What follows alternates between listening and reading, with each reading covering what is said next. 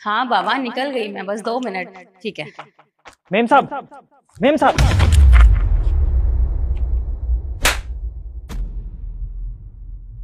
तुम्हारी इतनी हिम्मत, तुमने मुझे धक्का कैसे दिया? हाँ, बदतमीज कहीं के। मेम साहब, आप गलत समझ रहे हो। मैंने जानबूझ के आपको धक्का नहीं दिया, वो तो मेरा पैर फिसल गया। मेरा पैर फिसल गया? बदतमीज कहीं के। तुम्हें ना काम धाम कुछ करने नहीं आता है, बस बदतमीजी करने आती है तुम्हें। नहीं मेम साहब, आप कैसी बातें कर रहे हो? मैं आपके यहाँ इतने सालों से काम कर रहा हूँ। मेरा वो मतलब नहीं था। मैं तो आपको कुछ बताने के लिए आ रहा था और मेरा पैर फिसल गया, मैं आपसे टकरा गया। ऐसी भी कौन सी बात थी, हाँ, जो तुम देख कर नहीं चल सके और तुमने धक्का मार दिया मुझे?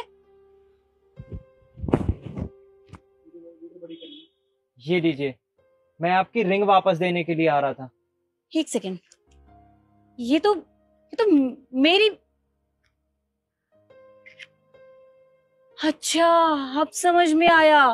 तो तुमने मेरी अंगूठी चुराई है ना? और तुम्हें अच्छे से पता है कि यहाँ पर कैमरास लगे हुए हैं। जब सबको पता चल जाएगा कि तुमने मेरी अंगूठी चुराई है तो सब तुम्हारी कंप्लेन करेंगे।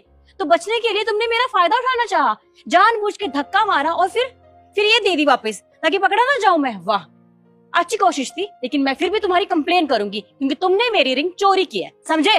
बस करो मेम साहब, बहुत हो गया।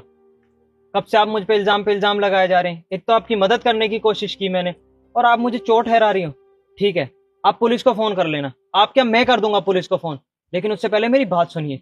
अगर मैं कुछ कह नहीं रहा तो इसका मतलब है कि मैं आपकी इज्जत करता हूँ, क्योंकि मैं आपके यहाँ खाना खाता हूँ, आपके यहाँ रहता हूँ और आपके यहाँ चौकीदारी करता हूँ। तो ये मेरा भी घर है और अपने घर में मैं कभी चोरी नहीं कर सकता। आपके यहाँ इतने सालों से काम करता आया हूँ, आज तक कभी आपने मेरी किसी से भी कोई भी कंप्लेंट सुनी, या फिर किसी ने एक बार भी बोला हो कि मैंने यहाँ पर चोरी करने की कोशिश करी हो?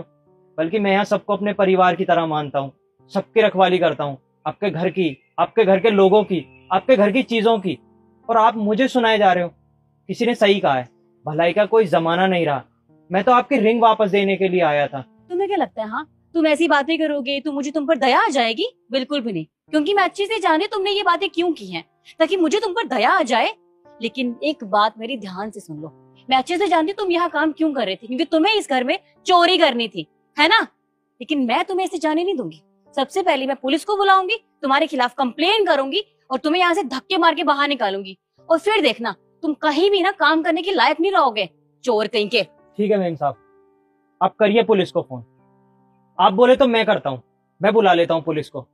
अगर मैं चोर निकला तो यहाँ तो क्या, मैं कहीं भी रहने के लायक नहीं रहूंगा। लेकिन अगर मैंने चोरी ना की हो तब आप क्या करेंगे? आप बोल रहे हो ना यहाँ पर कैमरा लगे हुए हैं, आप एक बार सीसीटीवी चेक कर लीजिए, साफ पता चल जाएगा